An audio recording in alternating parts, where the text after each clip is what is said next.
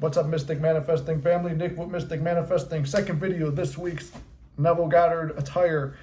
And we are coming at you live today. Not live, but the live is over. So I decided to record these separately since I got time today instead of two birds with one stone. The next topic I would like to speak about is messing with the middle versus inspired action. So we have, how do you decipher the difference?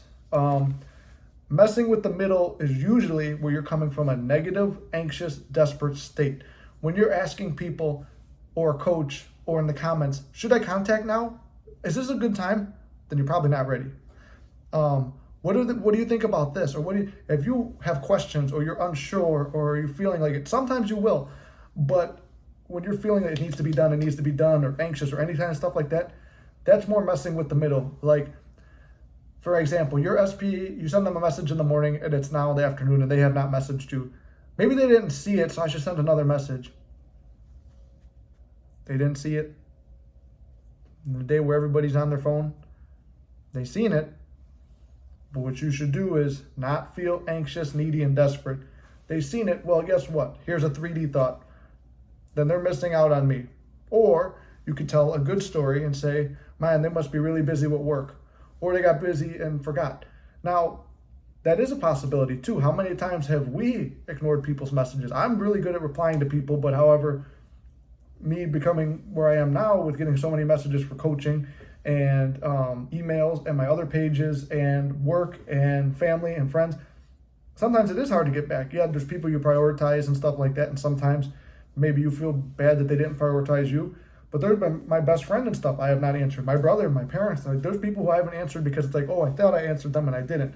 So spin the story like that. Everything should be spun properly in a positive light. However, at the same time, when you're really feeling that you need to do something to get something, that's messing with the middle. Inspired action, the best inspired action story I could tell is when me and my SP got back together, we were in no contact. There was a third party. She told me she never wanted to see me again.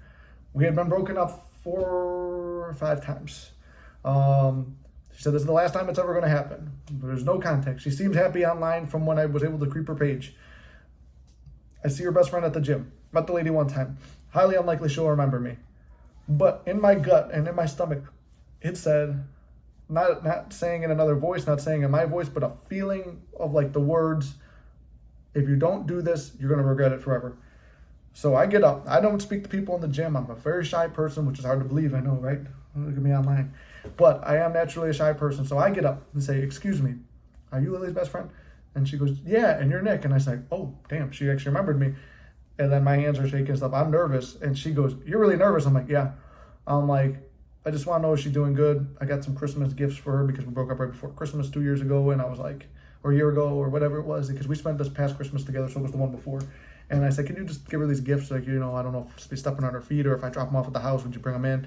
And she's like, you know what? How about this? She goes, we're going out. She wants to dress up and go out tonight and just have a good time, girls' night out. And she goes, but I think, she goes, she talks about you a lot. She cries about you, affirmations I had. She goes, we talk about you a lot and how she misses you and blah, blah, blah. And she goes, let's try she goes, I'm going to bring her to, where should I go? And I'm like, oh, I always go to this bar. I'm going to bring her to that bar. Brings her over there, and boom, the whole sequence in the bridge unfolded. But the bridge unfolded only because I did take that action because I felt to do it. It was a different feeling other than like if I seen her and been like, oh, wow, I think if I do this, then this will happen. I wasn't trying to plan the bridge. I didn't even know what to say when I went up to her.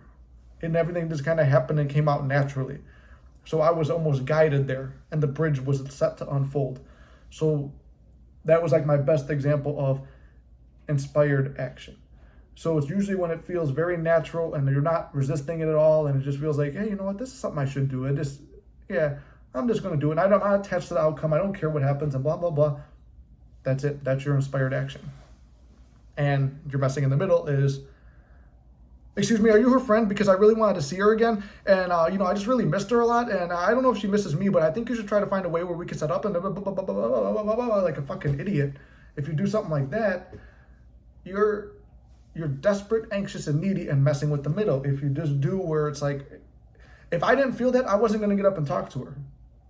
But I got up and got off my workout and I went and talked to her and we talked for an hour and we both fucked up our workouts, but it wound up being a positive event in the end. So, quick video actually today. I'm getting pretty good at making them shorter and concise, but that's the difference between inspired and messing with the middle. And as always, I believe in you guys, I love you guys, and you guys got this.